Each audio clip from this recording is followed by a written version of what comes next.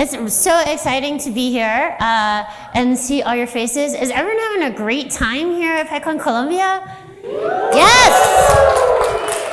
Awesome. So I'm going to talk to you today about the magical power of asking for help. So I've been asking for help for a long time. Carl sort of alluded, I've been working in nonprofits, and nonprofits are always like trying to get a lot done with a very small budget.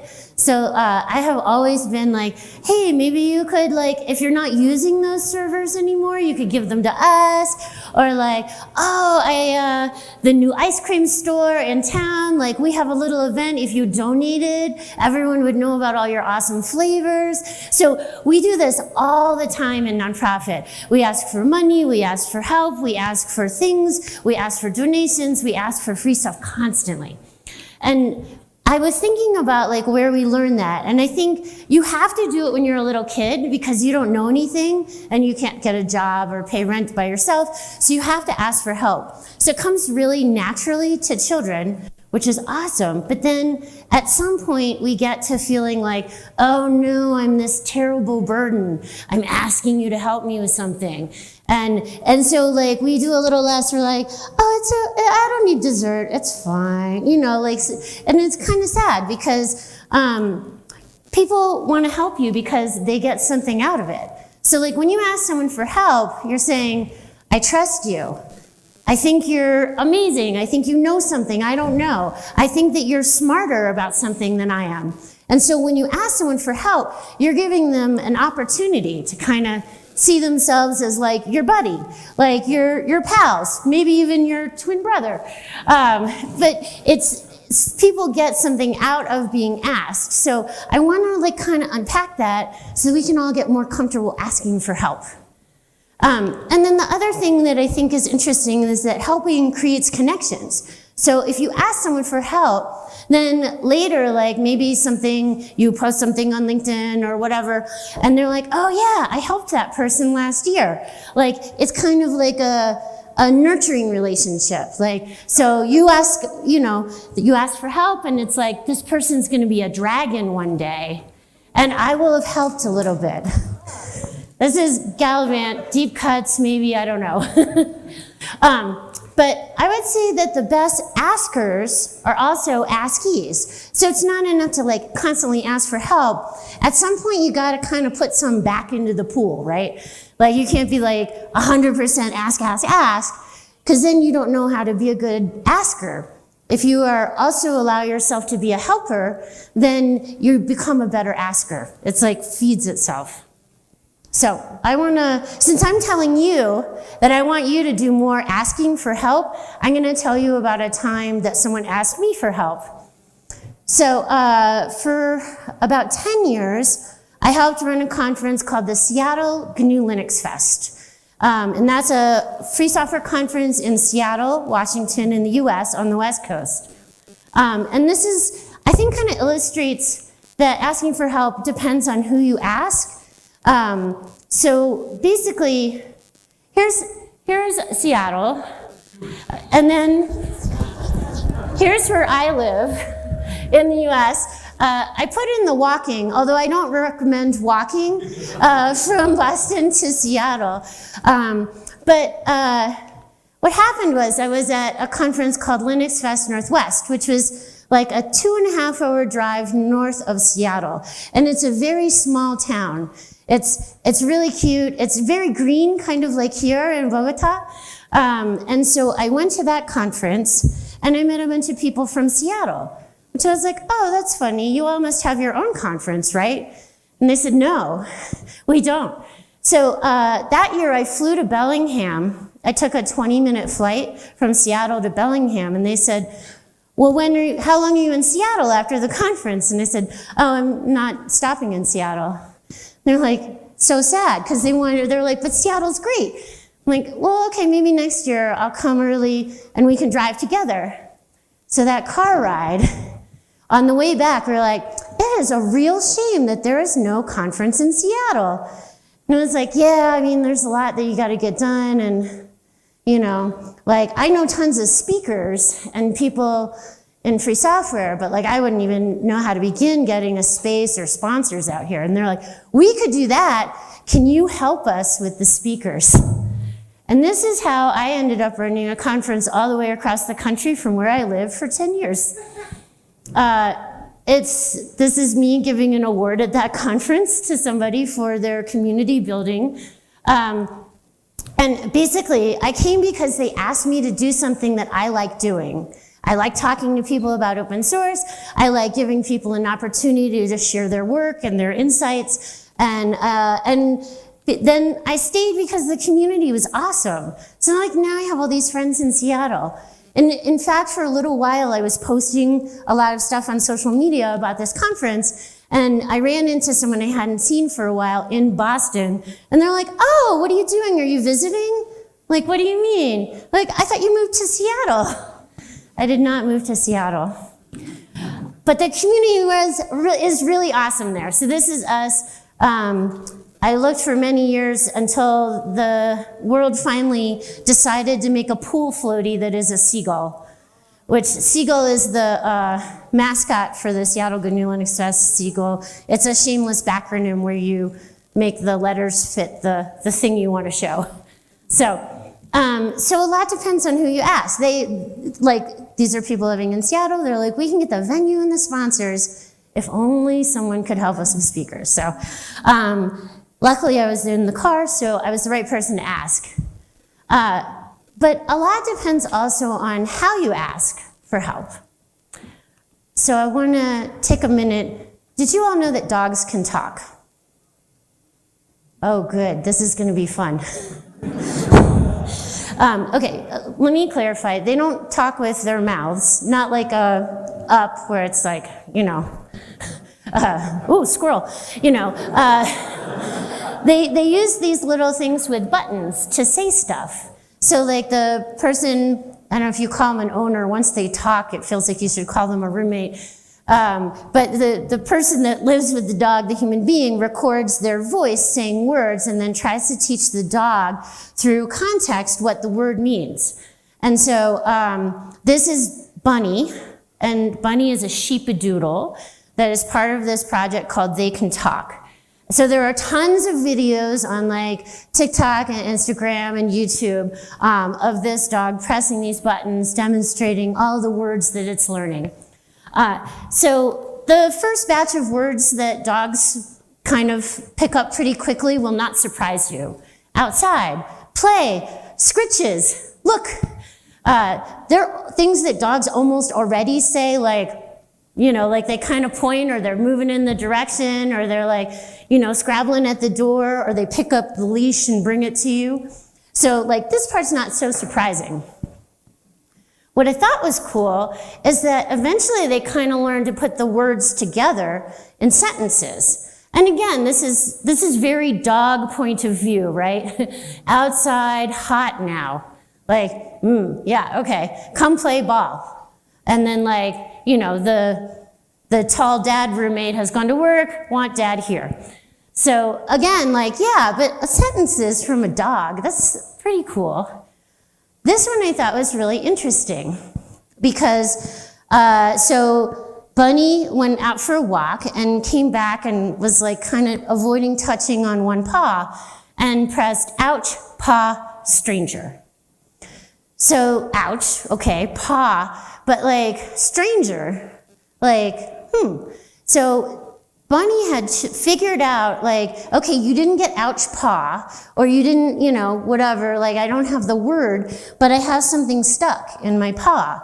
And it's foreign, it's not supposed to be there, it doesn't belong, like a stranger. So the dog figured out how to ask for good help by like using the words that it had and trying different combinations, which I think is pretty awesome. And I know a lot of Colombians are dog people. I've seen so many dogs walk, but perhaps you're a cat person. Do we have some cat people? Yes. I am also a cat person. This is Martin.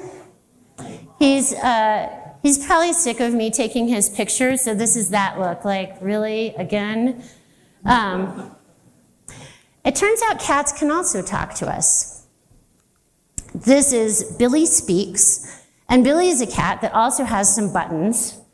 Cats are more direct. So cats learn how to say food, pets, food, pets, food, food, food, food now. And then if you are slow, they also know how to say mad. And if you are really slow, they also know how to say mad, mad, mad, mad, mad, mad. And this is, I love cats. Occasionally, you know, after you feed them, they will say, love you. You know, so they like us. They're just not as patient. So in your Python community or your open source community or meetup, please try to be the dog. So this is, you know, try to convey what you want and what you need, and if it doesn't work, try something else before you go to mad, mad, mad, mad, mad. Because we seem to have plenty of that on the internet. There is no shortage. So let's talk a little bit about formulating your ask as a human being. So there are two kinds of asking. The first one is dependent. And dependent is like, help, I'm trying to make a thing. Or this doesn't work. Or can you fix this? So dependent asking is asking someone to just do it for you. The other kind of asking, which I think is more helpful when you're trying to learn how to do something with code or software, is autonomous asking. That's like, I read the documentation, I tried this, I am trying to make this database talk to this table, can you suggest something else for me to try? So autonomous asking is saying, I'm trying to learn and, you know, be self-sufficient and do for myself, but I still need help because I have run out of places to look, I've run out of libraries to try, or I just, maybe you're trying to use two different things together that don't actually work and you didn't know that, and someone else can say like, hey, don't use pip and conda together. You know, everyone is probably there at some point, right? The other thing I want to iterate is that in your ask, you want to be polite, because you are still asking. Like, I want us to feel good about asking, but to, you know, make it nice for the other person as well, because you never really know what's going on somebody else's calendar or like what they're up to. You also might have this impression from, say, the outside of a community that, like, you should send all your questions to Guido van Rossum or something like that, and they might have to tell you, actually, no, you probably want to talk to somebody else. So if you ask politely, like, hi, maybe I'm not sure if you're the right person to ask, or if you have a reason you think they're the right person to ask, like, I saw your name on the GitHub for this project, and I am having trouble, can you help me? The other thing I would say is that when you are, like, so you might say, like, can you help me with this library? But you wouldn't say, like, can you help me 40 times over the next year to write this application? That's kind of a lot. It's also the same when, say, you are running a meetup group or an event. Like, you wouldn't just say, like, Carlos wouldn't come up and just be like, hey, why don't you just MC the rest of the conference? I'm out. Like, you might start with something small, like, hey, we have to clean up these chairs. Like, you know, and this is how you find new volunteers, like people who are like, oh yeah, I'm up for helping a little bit. That's something that I can help with. And there are lots of other ways to think about this. Like, I think that sometimes happens is that people get to the point where they're maintaining a project and they've been working on it for 5 years, and they're very tempted to ask someone else to just step in and be the maintainer. And I would say, don't do that. Find some way to break up your maintaining tasks into like maybe 5 parts, and then ask one person to do one part, another person to do another part. It spreads it out a little bit. You get different skill sets, different perspectives. It's not as heavy or large of an ask. And then once you have helped, at least someone has helped you, you have to always remember to say thank you. And I would say thank you as big and bold as you can. Like if someone does like 6 hours of free stuff for you and you're like, yeah, thanks. Do you think they're gonna come back and do it again? I wouldn't. You can, I would say, thank them like boldly, like effusively in public, like almost make it weird, you know, like kind of like, yeah, like you could introduce and be like, this is my friend Catherine, like she taught me everything I know about Postgres. She's amazing. I love her so much. And anyway, you're lucky to be meeting her. Like that's the kind of thank you that you should be doing when someone is doing like great, amazing work for you in your project. So, and I know a couple of you are like, I make a whole cake, what if they don't stick around? It doesn't matter, they might not. But if you want people to go, like leave, like say they do a couple, you know, they come and they help your Django meetup for like 2 years and then they're like, I'm going to grad school, I'm out of here. They're gonna still be talking to people and meeting people, so you wanna make it nice so that when they go, they're like, oh, you know, if you're living like in Bogota, you should look up this meetup, they're so cool. I sadly live too far away or don't have time or whatever, but you put that impression out there that your group is fun and great to work with, your project is like polite and appreciative, all of these things. So even if they don't stay, they go out into the world with this really nice impression of your project. All right, so asking. So newcomers probably have lots of asks for help, but I wanna really underscore that asking is not just for newcomers. Sometimes you need help because you're too smart.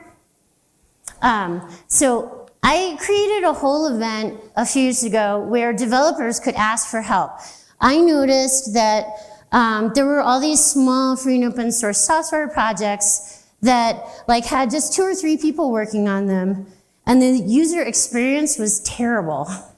And I was like, oh, but the people working on it, they're just too close. They're like, oh yeah, I mean, you go and you open the settings menu and then you go over here and you go over here and that's how you exit.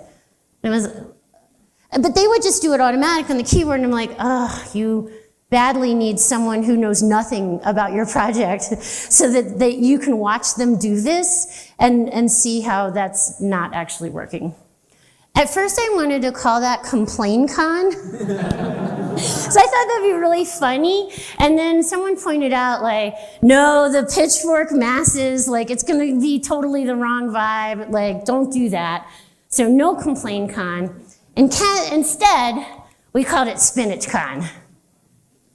You don't know what I mean yet. That's okay. So when you are eating like a green vegetable, like spinach, sometimes it like gets into your teeth, right? And you need a friend to be like, hey, you've got a little, yeah, no, other side. No, a little further. Yeah, okay. So I wanted to have people offer user experience feedback in that spirit. So we made it really spinachy. We usually would give the volunteers that showed up spinach pizza or spinach salad, or one time we did it in Greece, we had spanakopita. And so the deal was anyone could come, they get a free spinach lunch, and then they give user experience feedback. So the non-code contributors feel included. This would often be at a conference like a day before or a day after, where a mix of people who are doing a lot of coding and people who are using the software or are like kind of enthusiasts of open source were there. Then like projects get user experience feedback, like small and medium-sized projects. I'm not talking like Red Hat, their UX is fine. I'm talking like people that don't have like 3 like salaried folks looking at how their software works. Meet new people, a medium healthy lunch with some vegetables. So my favorite is when everybody wins. And this was great because it was like folks sort of knew they needed help, but like they really needed people that didn't know as much as they did. So it can go either way. Like sometimes you need help because you don't know anything, and sometimes you need help because you know too much. So we've been talking about asking. I have some asks for you. So I'm the executive director of the Python Software Foundation. We're the vendor-neutral, community-driven home of the Python programming language. which means like part of our work is making sure that Python is always by the community and for the community, and making sure it doesn't get bought out or controlled by any companies, and that we are constantly growing the global community of Python users and developers. And it is growing. On average, a version of Python is downloaded over 300 million times per day. Certainly many of those are automated, because I don't think there's actually enough human beings to make that happen by, individual requests. But that is a lot of Python. Unless you think that the packages, we're also not seeing astronomical growth. PyPI, the package index, where everybody can put add-ons and libraries for Python, 57% growth last year in download counts and bandwidth. So huge stuff. And so that, in my mind, like keeping a resource that large in community control is really important. But the other piece, in addition to the infrastructure, we also have as our mission to support the community of Python users and developers. So we gave out 152 individual grants to 138 individuals, totaling over $200,000 last year. So if you want to see where that goes on the map, I'm standing in front of the one where we are, but this is the distribution. And we love giving out grants. It's one of our favorite things. And during the pandemic, the number of grants we gave out went down by a lot. And you might be like, who gets grants from the PSF? Oh, just some folks you might know called Pycon Colombia, for instance.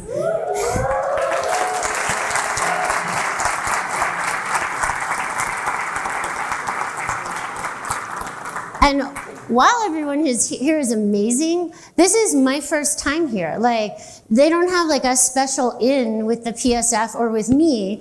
Like, we have a grants working group that wants to hear from you about your Python events. And if you're like, well, maybe we'll just skip lunch because we don't have a sponsor for it, like, get in touch with us. So that's one of the things I would like for you to do for us. We also support local events and meetups, which is how the Python community grows. So you can help us by continuing to attend amazing local events and running meetups, because when I think of like where people come from, like new Python users, like some school, sure, okay, but they don't go directly to like PyCon US. Like, they don't like just kind of teleport in. They like usually come in locally. And so those local events and meetups to me are like one of the most important places for us to be paying attention to. And the community that is doing them, that's the help we want, is to keep doing them and making them awesome. And keep telling people about Python, keep telling us what you're up to, keep telling us how you can help. So, your asks for the PSF, right? So I told you, ASCII, like you should do a little both, right? Like I said, we give out grants, but you have to ask. We can't just like, ooh, I feel a Python event in the ether, like, no, Django, yeah, okay. Million, oh man, they're having potato chips for lunch, like, that's nothing with it? Wow, okay, you gotta tell us. So, how do you do that? This website. You can also, if you put Python Software Foundation grants in, you also should get that as your first result. So please ask us for grants so that we can help you run amazing events where people are not hungry. We also give out travel grants for PyCon US. So if you're like, oh, I'd love to come to PyCon US, but a plane ticket from here to Pittsburgh this year is a lot. It is. Like, air travel got really expensive. So ask us for help. And, come to PyCon US and meet more people from the global community of Python users. Too early for a URL for, like, we just finished PyCon US like a month or so ago, but this is Pittsburgh. It looks nice, pretty green, right? We also support meetups and Python projects. So we're the back office for a bunch of different Python projects and community groups, including the entire global network of PyLadies chapters. So, yes!